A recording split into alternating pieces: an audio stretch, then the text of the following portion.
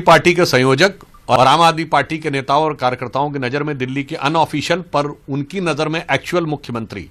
श्री अरविंद केजरीवाल जी, जिनकी पार्टी के तमाम नेता नाना प्रकार के आपराधिक मामलों में आरोपी रहे हैं और हाल ही में जिनके एक विधायक एक माफिया के साथ साठगांठ करने के आरोपी पाए गए हैं, उन केजरीवाल जी ने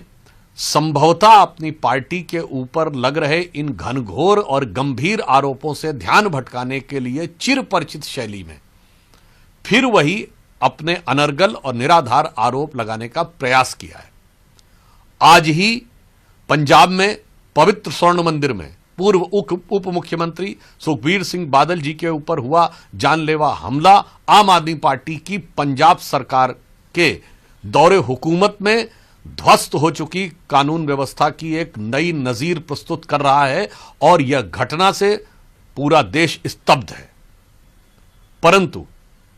संभवतः उससे ध्यान भटकाने के लिए केजरीवाल जी जिस ड्रग्स की बात कर रहे हैं, तो मैं उनसे साफ साफ कहना चाहता हूं,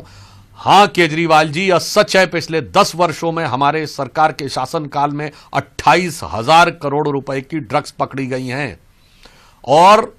आपके सहयोगी और इंडी गठबंधन में आपके साझीदार कांग्रेस पार्टी के 10 वर्ष के शासनकाल में जब मुंबई से लेकर पंजाब तक ड्रग्स का कारोबार फैला हुआ था, तब केवल 768 करोड़ रुपए की ड्रग पकड़ी गई थी।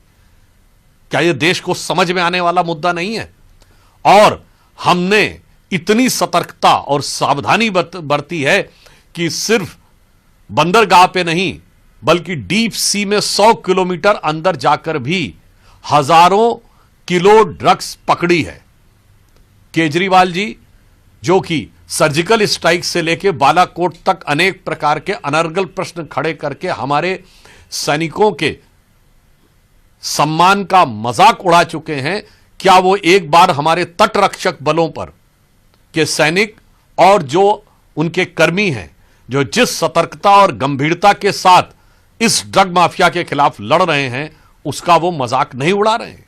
और मैं उनसे प्रश्न पूछना चाहता हूं कि आपने कहा कि 70,000 करोड़ रुपए की ड्रग्स थी, ये सूचना आपको कहां से मिली?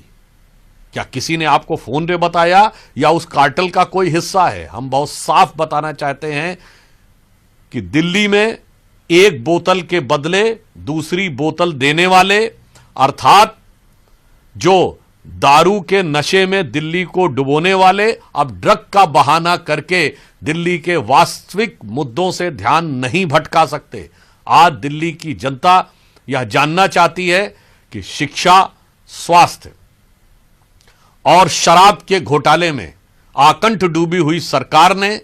दिल्ली की जनता को जल भराव वाली टूटी सड़कें और प्रदूषित पानी की समस्याओं के अतिरिक्त और क्या दिया है।